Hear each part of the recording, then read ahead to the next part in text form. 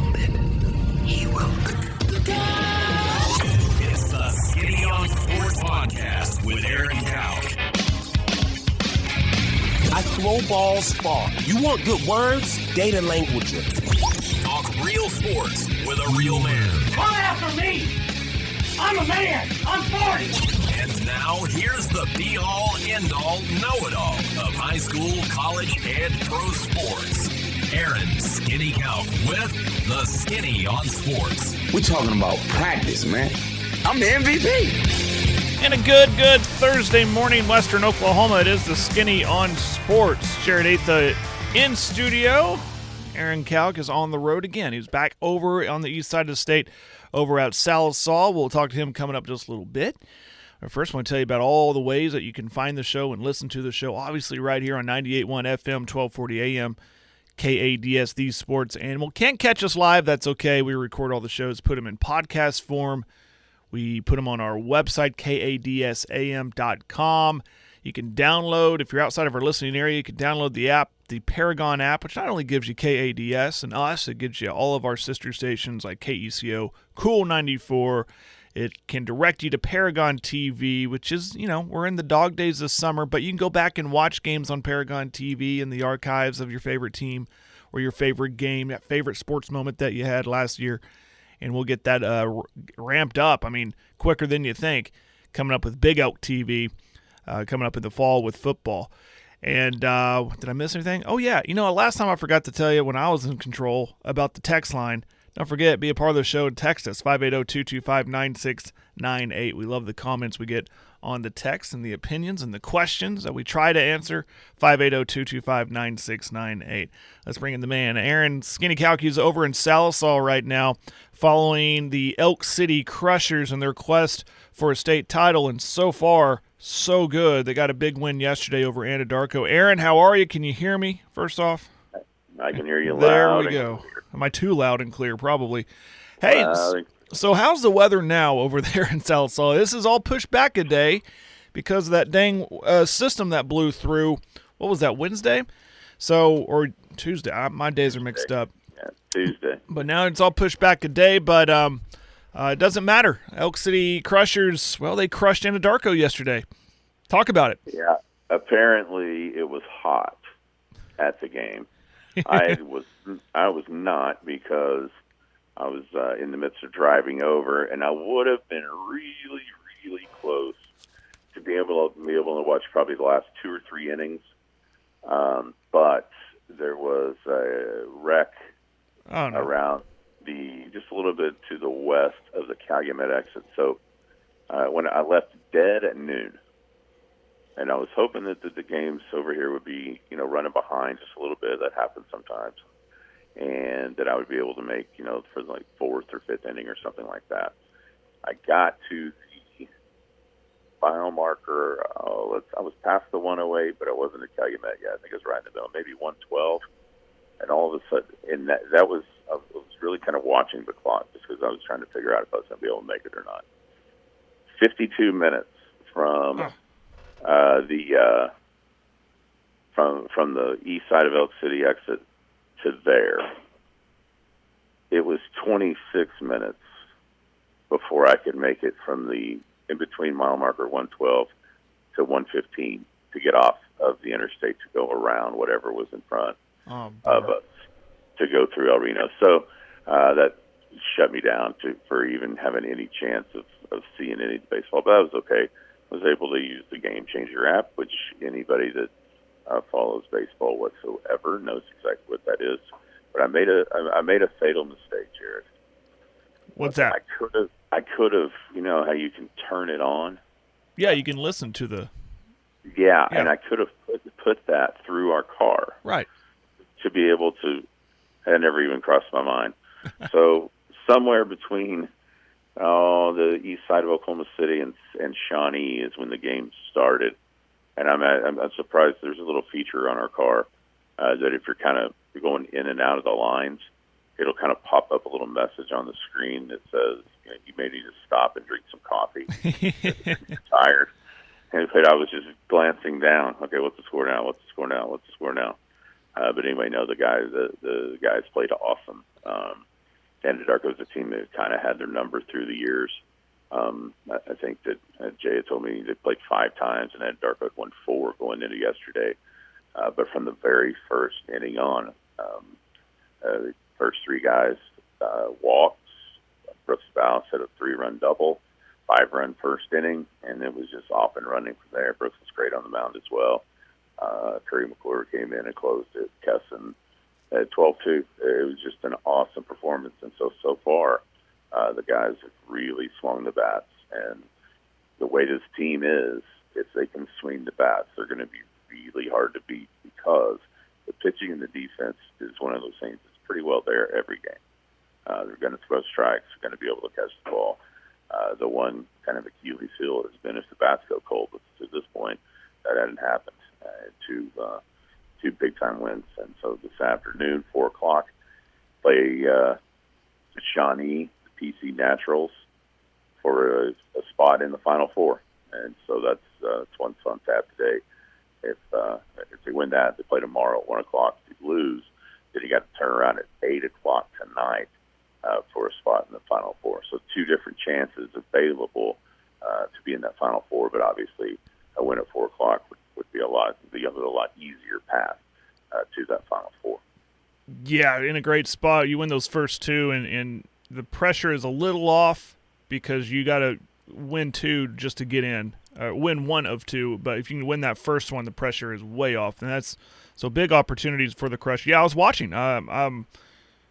Someone was filming it, and by the way, I'm a family member of Wyatt Compton now because they approved me to watch it on Game Changer. So I had it propped up on my phone while I was doing some work, and that first inning they came out rolling, and I remember what you told me about Anadarko and how they've struggled against them. So that's a great sign. I mean, beating a team that and that's a good mental thing for those kids. I mean, these are 12U kids. These are boys. And they probably saw that Anadarko team and said, man, we have trouble with this team every time we play them. But to come out like that, mentally tough, and come out and swing the bat like you said that they can do, and obviously the defense is there, that's a great sign, and hopefully that can continue for them. So, yeah, the huge advantage has been taken away for winning the game this afternoon, because normally if the games follow the bracket without that rain out, this game would have been last night at 8 o'clock, and then today whoever would get the day off. Yeah, right? Not only that not have to play, but then for pitching purposes, you get that day off where you don't have to pitch anybody. So that's changed just a little bit from what it would be, but still as hot as it's going to be. And I'll be honest with you, I was getting text message. I'm ready for this. I hope we need to run rule so we can get out of this heat. There in the 4th or 5th inning, when they had a chance to score a couple runs, and go up 10, I was thinking, well, it's pretty nice in the car. I've got the air conditioner going.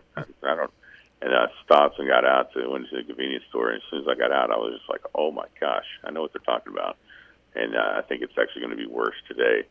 So our car set at like 96 during the game as I was coming over.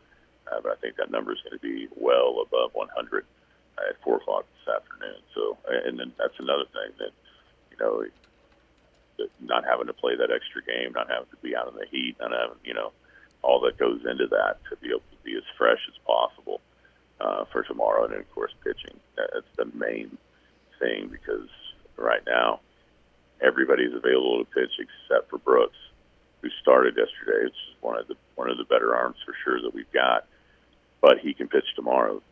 So the pitching is set up as well as it possibly could be, and it will remain that way if you can win that first game today and not have to go through somebody else tonight.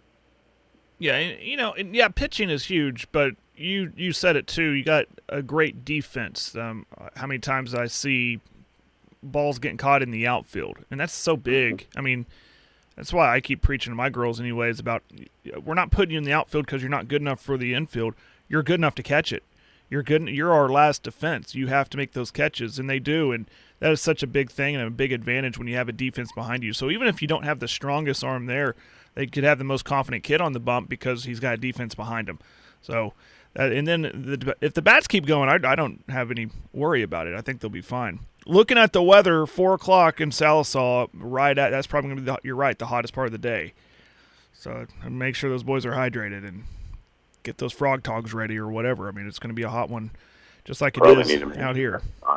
I think we'll probably need to make sure I'm hydrated more than the boys. Sometimes the parents and coaches forget to do it too. But yeah, I mean, I know I was like that last week. I'm yelling at the girls, drink water, and I'm realizing I'm not even drinking water. I need to take care of myself. But yeah, it's going to be a hot one again. What was it? Oh, so before we jump into, I mean, there's a lot of really cool stuff that happened last night. The Yankees athletics game was cool. Had a perfect game thrown by a pitcher from the Yankees. We can touch on that and other stuff as well. But I have some good news, I think, Aaron. I think I have good news. We were talking about the heat last night. I braved the heat in my garage. I had all the doors open trying to get some kind of a breeze in there. But I was not satisfied with the fact that my freezer was just gone. So I went out there. I took everything out of it. We already did, but I took all the shelves out of it. I cleaned that thing head to toe. Messed around with the thermometer or the not thermometer. What's the word I'm looking for? Thermostat, whatever, on it.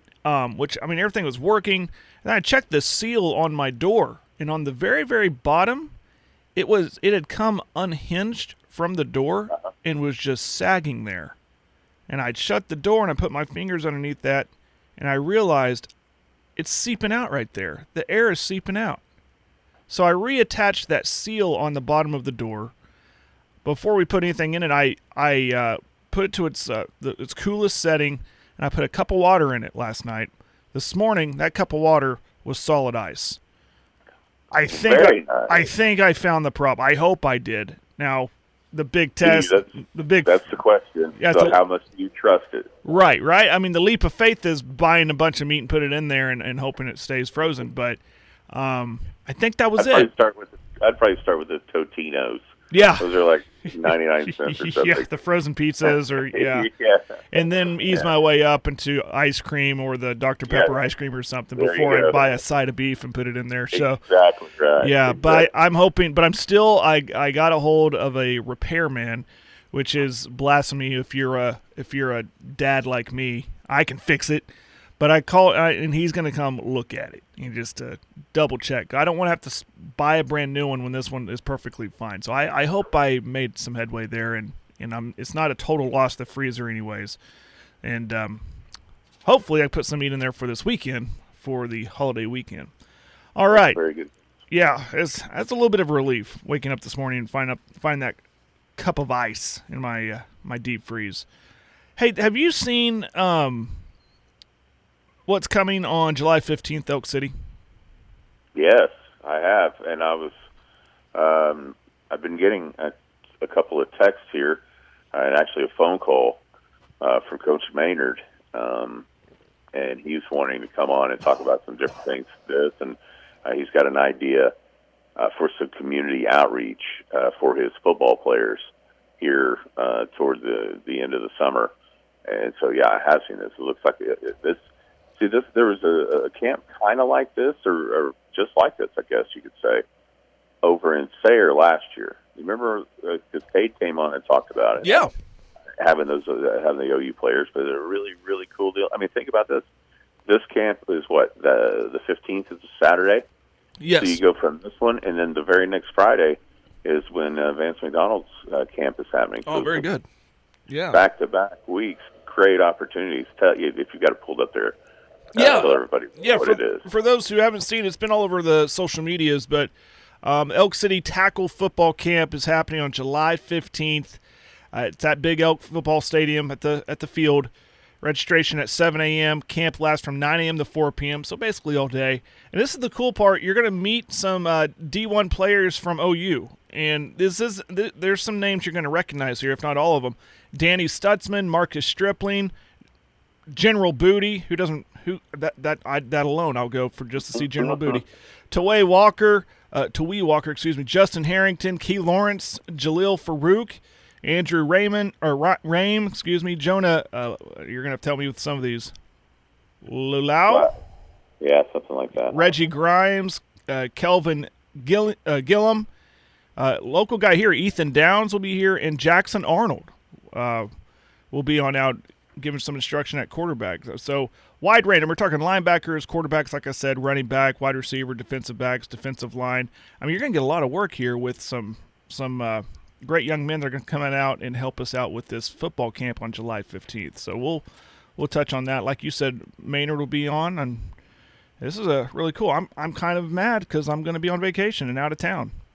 I won't be here. Yeah, so on that Saturday. Yeah, me neither. We're going to be out of town as well, but this. I think what this is the good part of NIL. Yeah. Oh yeah.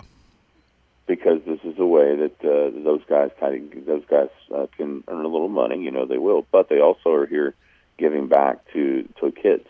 I think it's an awesome thing that affords those guys the opportunity to do, and can benefit the kids from some of the surrounding area of Elk City to be able to. That's just cool, right? I mean, even if you're an OSU fan and you're a kid, it's still cool to see these guys. Yeah. Even though they're Sooners, it's still cool. It's like, hey, I know that guy from watching college football on Saturday, and it's just a really neat opportunity that's afforded out there for the kids that want to play tackle football in Elk City, and it's just a really neat thing that's available because of what the NIL brings to the table. Yeah. So it's not all bad. No. It's not all bagmen and recruiting. There is be it a small percentage, there is a small percentage of a positive thing that can come out through all this. Without NIL, and you're right, it's a small percentage of a positive thing, but without NIL, I wouldn't be able to read all those names. That allows that to happen. So that's cool. For those wondering, 3rd through 12th grade participants on this one, it's $150 for the day. If you're looking to sign up, just search on Facebook Elk City Youth Tackle Football, and you're going to find it and find out how to sign up right there. And if you just want to go, this is kind of cool too. I mean, how much are you paying to go watch an OU game? Like a ticket. I mean, no less than $50. I mean, if you're lucky to find some under $50 maybe.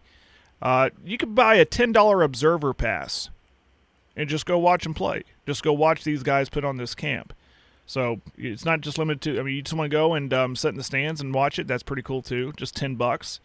The participants will receive a shirt and a lunch, and autographs will be available to camp participants with a camp shirt. So they get to get some instruction and get some cool autographs there's a lot of autographs I'd want out of that group.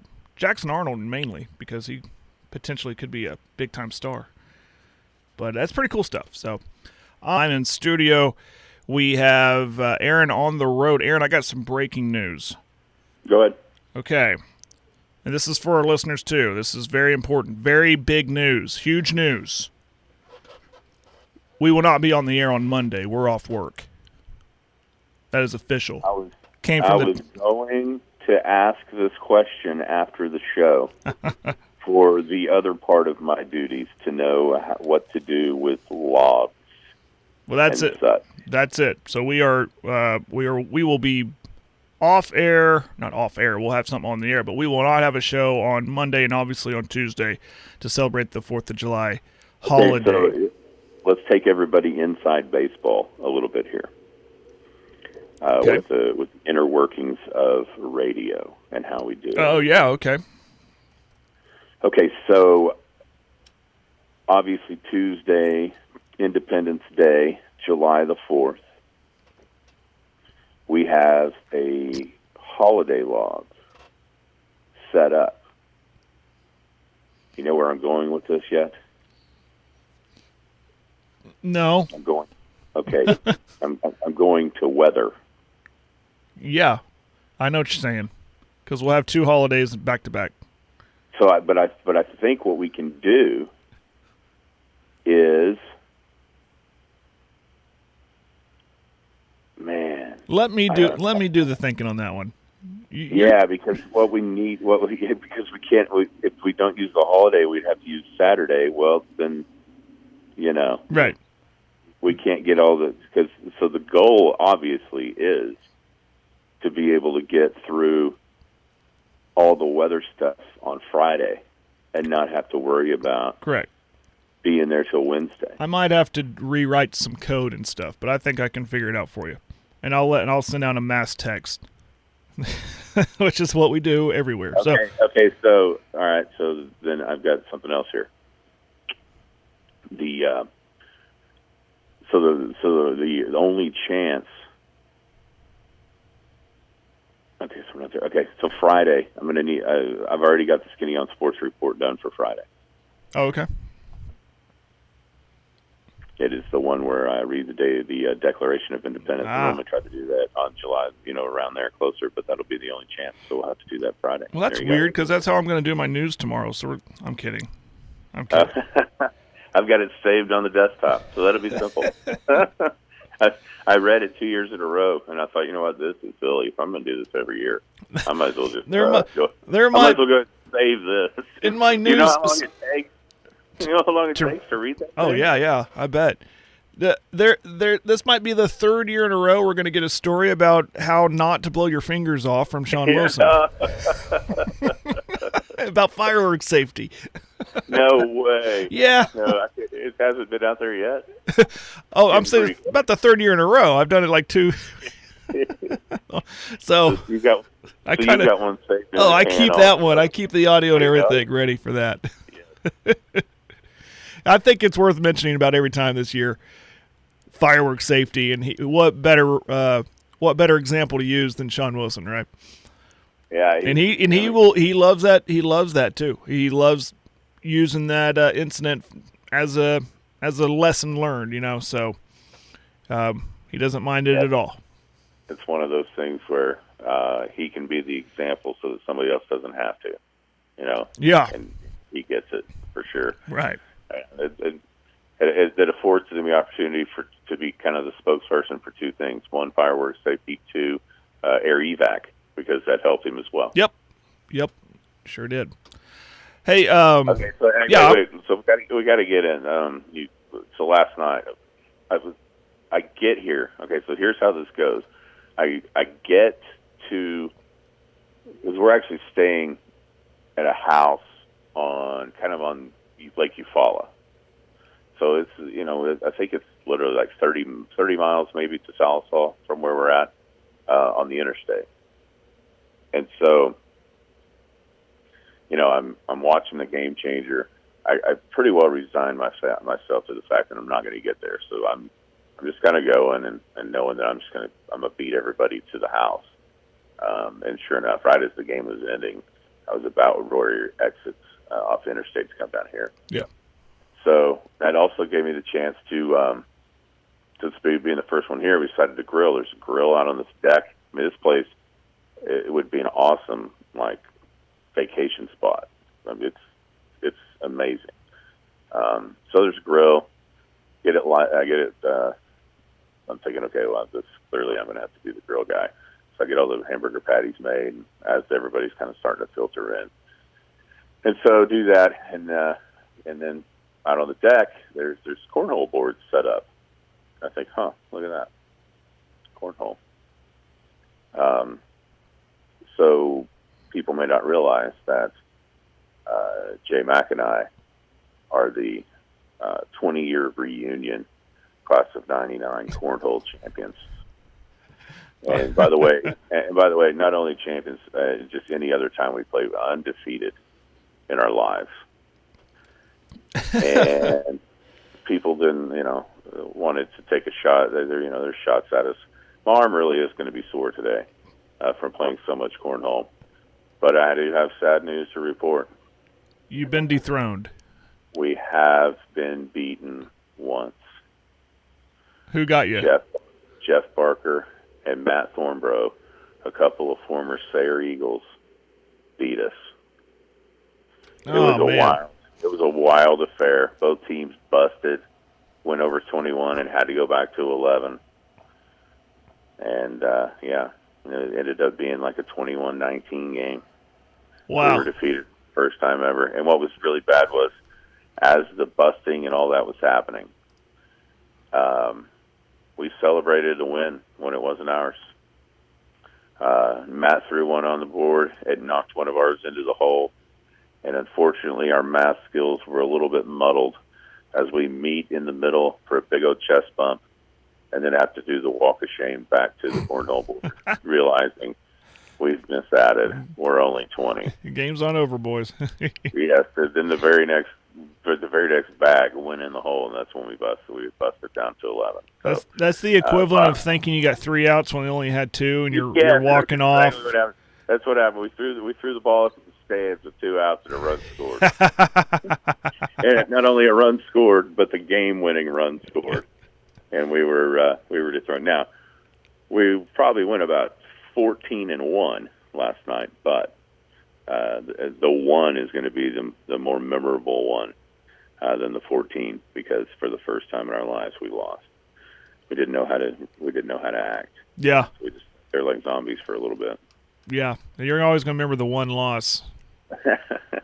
It's like OU. You can't remember all the wins, but you remember that Baylor loss in softball. And I also there was a point, and anybody that's used this product knows with the Tucker family beef how awesome it is, but also if you don't watch it, because it's prime beef, folks, and that means the content of fat is higher. I mean, it's marbled in there, awesome.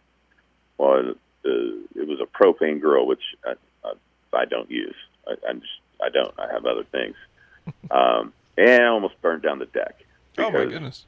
The fat started dripping down into the flame, and the flame shooting up.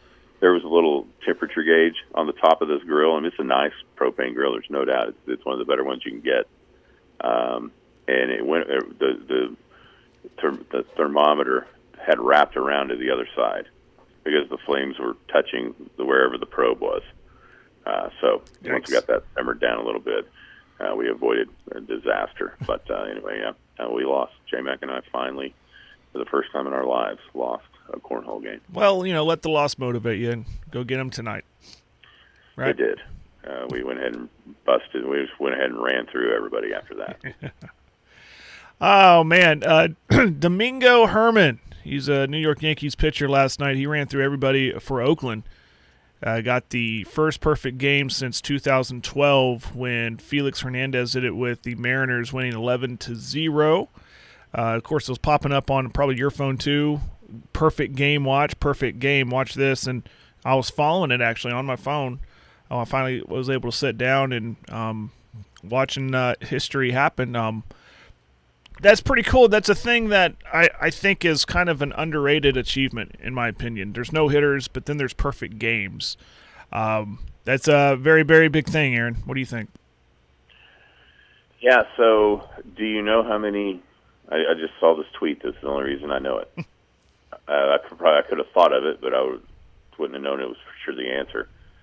Do you know how many perfect games the Yankees have thrown in their illustrious history? After last night? After last night. It's not going to be as much as you think. I think 4? 4 is the correct answer. Well, I was really guessing, but yeah, usually when it's something like you think Yankees, you think there's going to be a ton of them. But that's right. Yeah, no, just okay. 4. Okay. 4 is the right answer, and guess what? That is the most. That's the most by a franchise in baseball history. It broke a tie with the Chicago White Sox. Can you tell me who the other 3 were? I know there was 1 or 2 of them that were really close. No, I can't tell you who. I think the last time one happened was in the 90s, but I can't tell you who. So 2 Davids. David Cohn. David Wells, yeah. Yes. And then, of course, the other one was the most famous one, which is Don Larson in the World Series. That's correct. Yeah, think about that. You're right. That's such an underrated thing to throw a perfect game. It is. The Yankees. Think about what the Yankees as a franchise have done, and they've only done it 4 times. Right, and I hope when you're going to be around a lot of those kids today, I hope that they understand the magnitude of a perfect game. Yeah. I would like you to quiz them and ask them, do you know what a perfect game is? And ask them, see if they can tell you. Oh yeah, they do. I know they do. They've discussed this before. They have. Okay. What the difference is. Awesome. Between a fair and a perfect game. That's been a conversation piece before. I don't know if they knew at the time what the difference was, but they definitely do now. Very good. They get it. But, that's crazy. I mean, to think that the Yankees, all the success, all the dudes they've had go through there in the, 120 years, and their 4 perfect games is all they've thrown after last night. Yeah, it's a heck of an accomplishment for sure.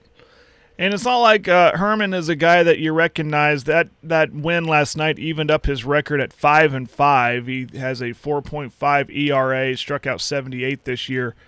So, I mean, not like a dominant pitcher, but it goes to show you sometimes guys are just zoned in and locked in and are unhittable, and that was a fine example of it last night for Domingo Herman and the New York Yankees in the 4th franchise perfect game.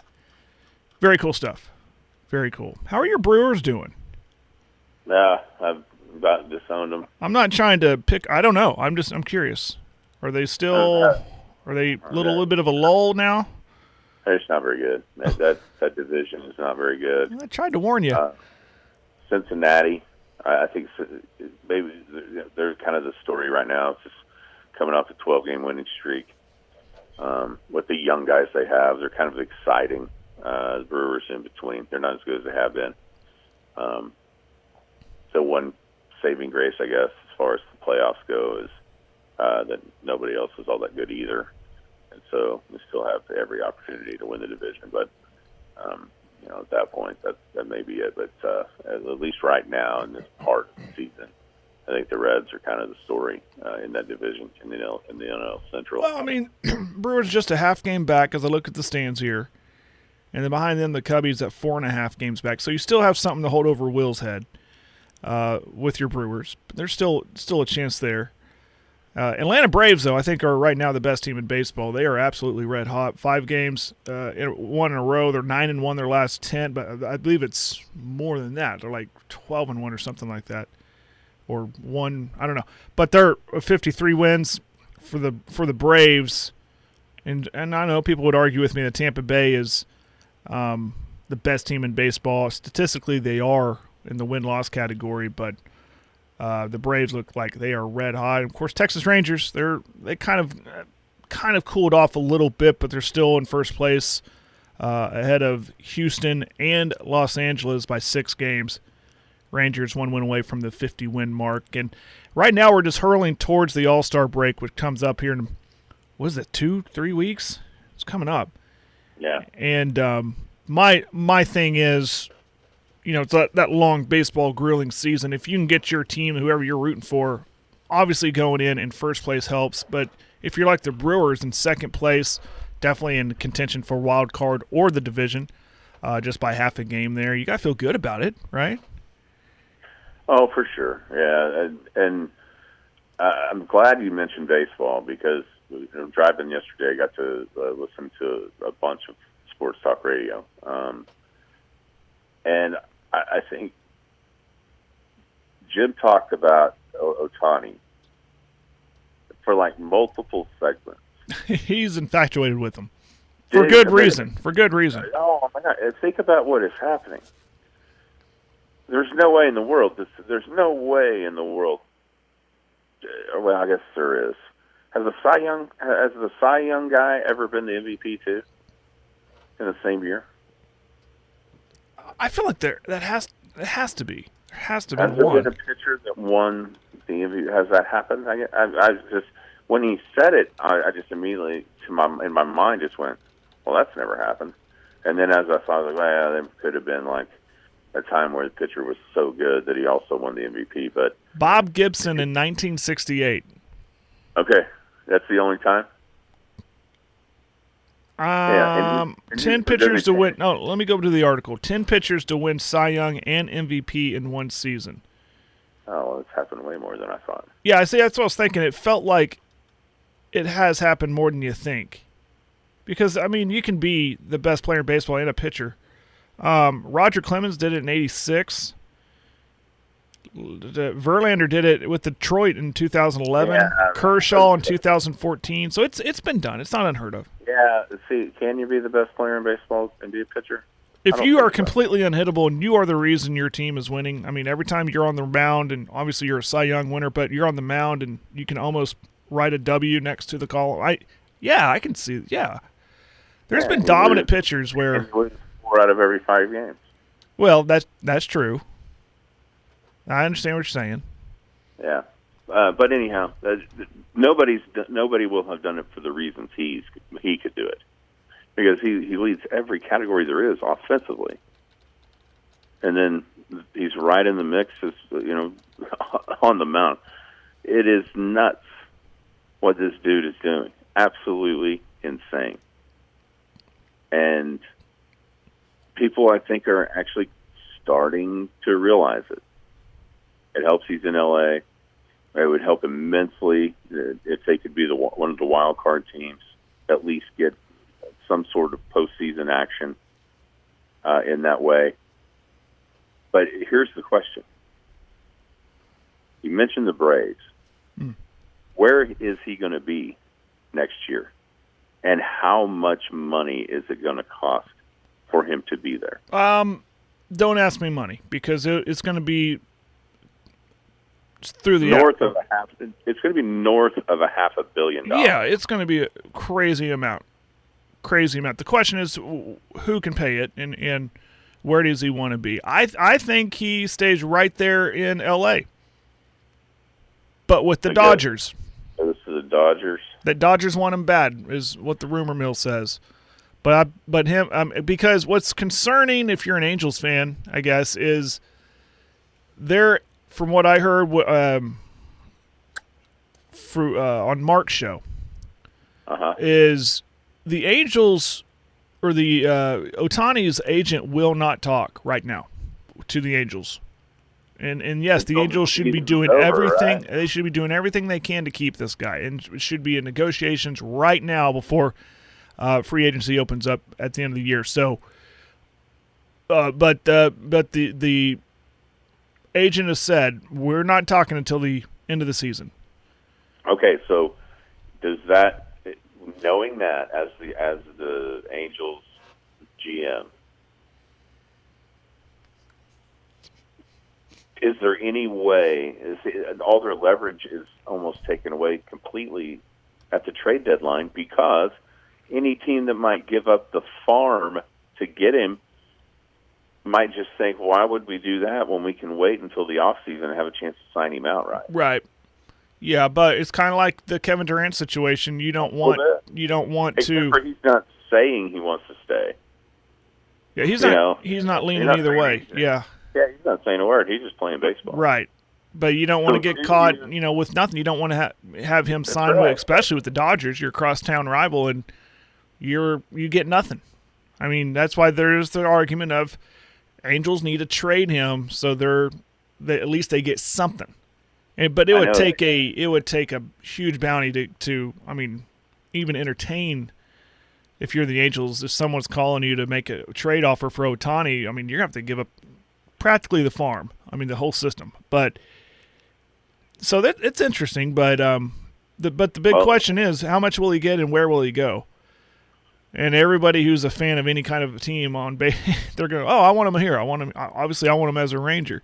But that's unrealistic. I don't think that'll happen. I think he wants to be on this big stage, like the Dodgers or the Yankees or somebody like that.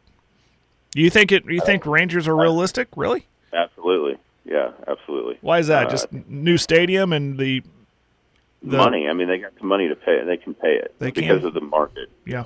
There in DFW. I think I think it's realistic. Also, I think Atlanta's realistic because of the way they've structured their guys that they have. They've been the one franchise that hasn't given in to these 10, 12-year contracts for mega, even their stars are only signing for 4 or 5, right? And so they're not all the way pot committed clear out there like a lot of the other people are. I think the question of trading Ohtani is so fascinating because the last time we saw this happen, a 90-year curse happened. Ah, yeah. Isn't that so funny? When the Red Sox traded Babe Ruth. I make that comparison because that is who Ohtani is right now. Yeah. He is Babe Ruth with the pitching and the hitting. And so, the last thing in the world the Angels want to be known for is trading Shohei Ohtani. But I would rather be the guy that is known for trading him and getting back Lord knows what you could get back. Right. Yeah. Than the guy that's sitting on his hands and letting him go for nothing. Right. The only win scenario for the Angels is retaining him in free agency. That's the only win scenario. If you lose him, you look like a dummy. If you trade him, you look like a dummy. Even whatever you get back, you're like, God, why would you trade him? And if you're the Angels right now, I think you're really hoping that you either win every game till the All-Star break or lose every game. Because that tells you, okay, we're really in the mix of the race, or makes you feel better about trading him because you're out of it. You know what I mean? Yeah. Them playing better than they have in the last few seasons as a team makes this a way harder choice than it would have been, say, the last couple when, you look up and the Angels and going into July are already cooked. I'd have to look back. I'm not obviously an Angels fan, clearly, because they're in the division that I root for with the Rangers, but I can't remember the last time they've had a winning record at the break. But right now they're at 44-38. They are winning. It hasn't happened. They are consistently winning. But it's funny. It comes at a season where Texas has figured it out, and they're winning too. And then Houston, it's like this is the year you'd want Houston to kind of pull back a little bit or fall off a little bit.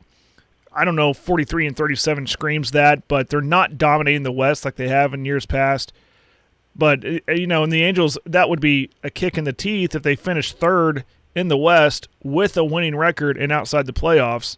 Thinking, man, we're finally winning, but the division got better around us. I want to see what their wild card looks like because they are tied in second. Baltimore leading that one, followed by the Yankees. And they are 1, 2, 3, 4.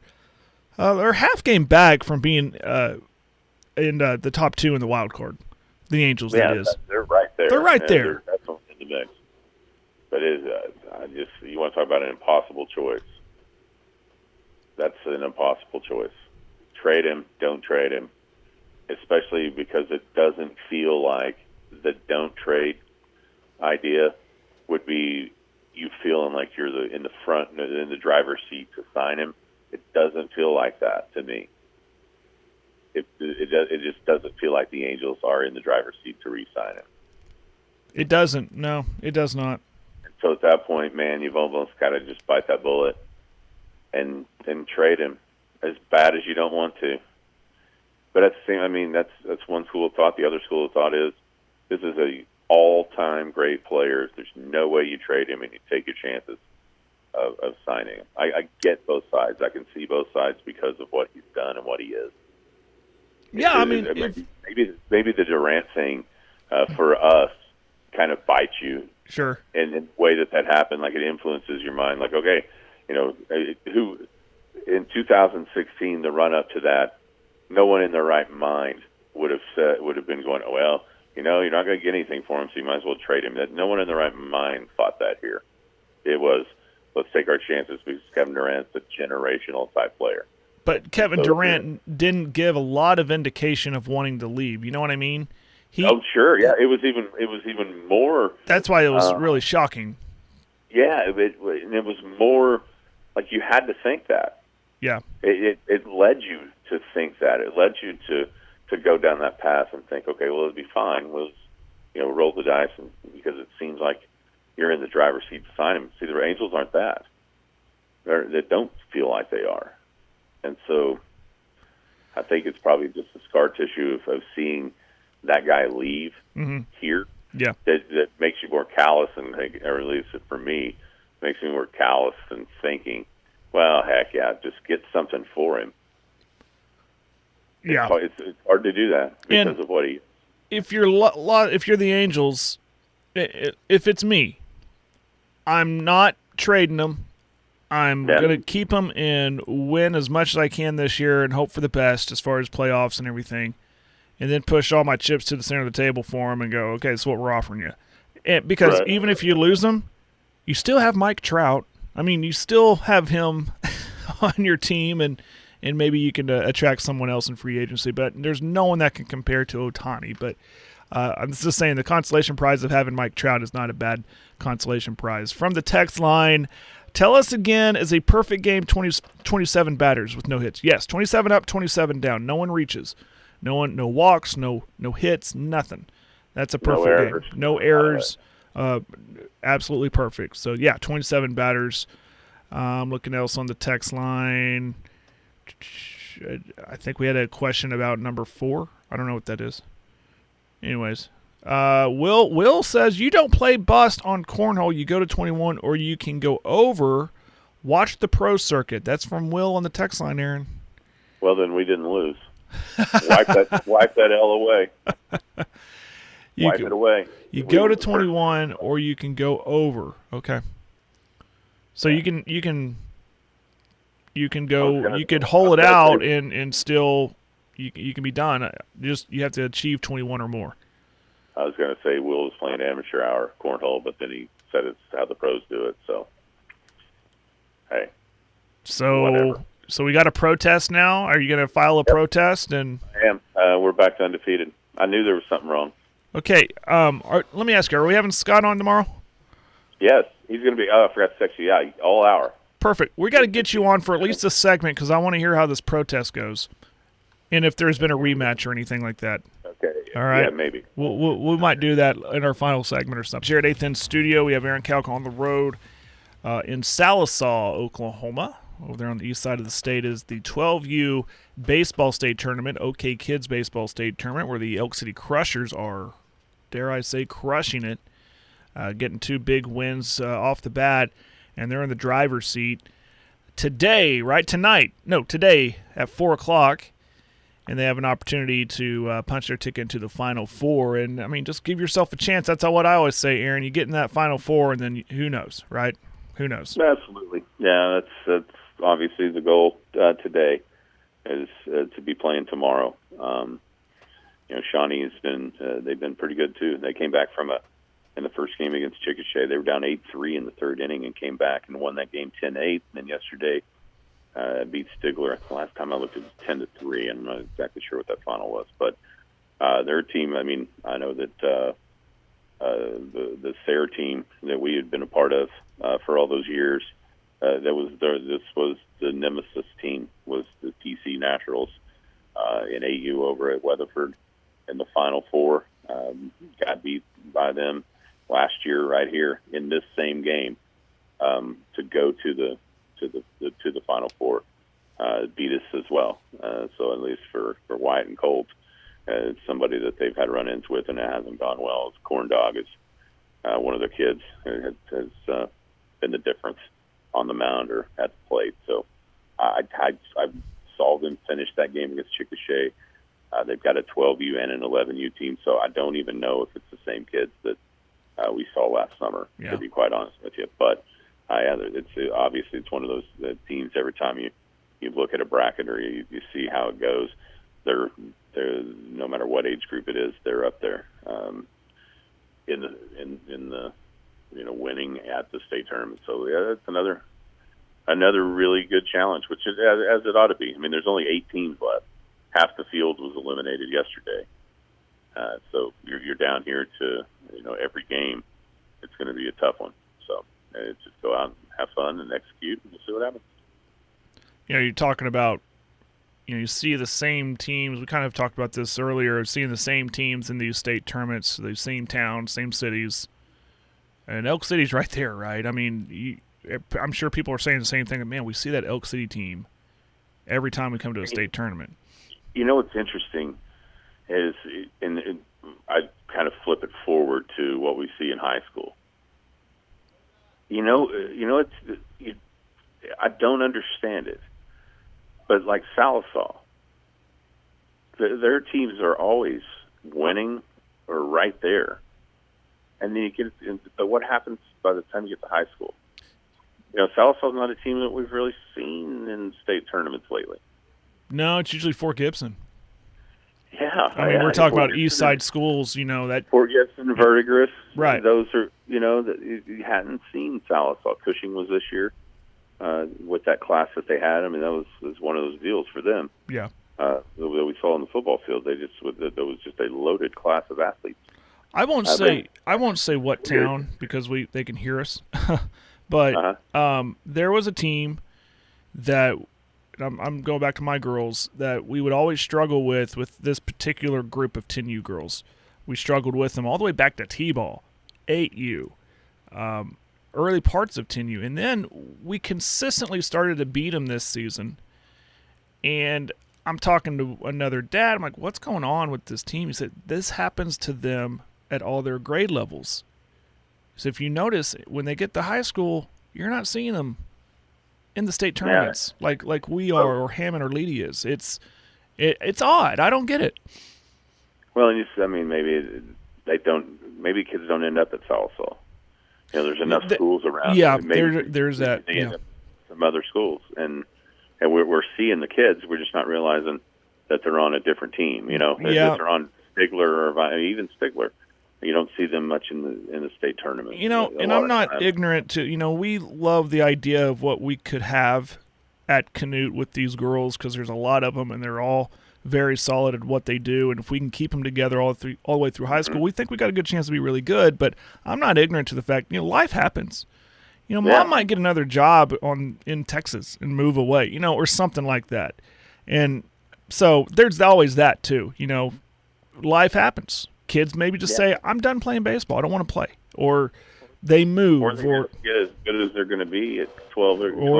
There's that. There's a lot. It doesn't necessarily always carry over. But in some cases it does. Some cases there's really good programs that are developing them young and knowing how to keep them developing as they grow older and playing at a high level when they get to high school.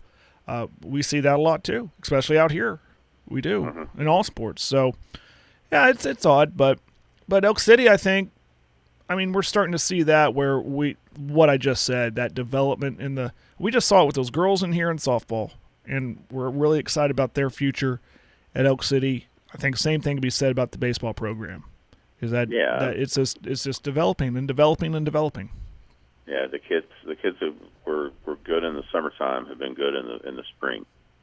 We look at that team that came in there and talked to us a few years ago after winning a state tournament, and then you look out on the field against Tuttle in the semifinals this year. A handful of those kids were out there, So sometimes it stays, sometimes it doesn't, but it has so far, at least for Jay and the Elk City program for sure. Right. Well, hey, we're over the time limit, so we got to go. We will have Scott Garrison in here tomorrow. He's going to be here the whole hour, right? Helping me out? Yeah, that's what he said. I asked him if he wanted to. He's like, heck yeah. So awesome. Well, that's great. I will have to call you if I get a chance, because I think we'll have to be cleaning and getting out of here at that time, but I'll try. All right. We'll do that. I've got to go. Aaron, take care. Good luck. See you. You've been listening to the Skinny on Sports podcast with Aaron Cow. Be sure to hit that subscribe button to get alerts of when the latest podcast is available. Thanks for listening. That ball is blistered to right. Way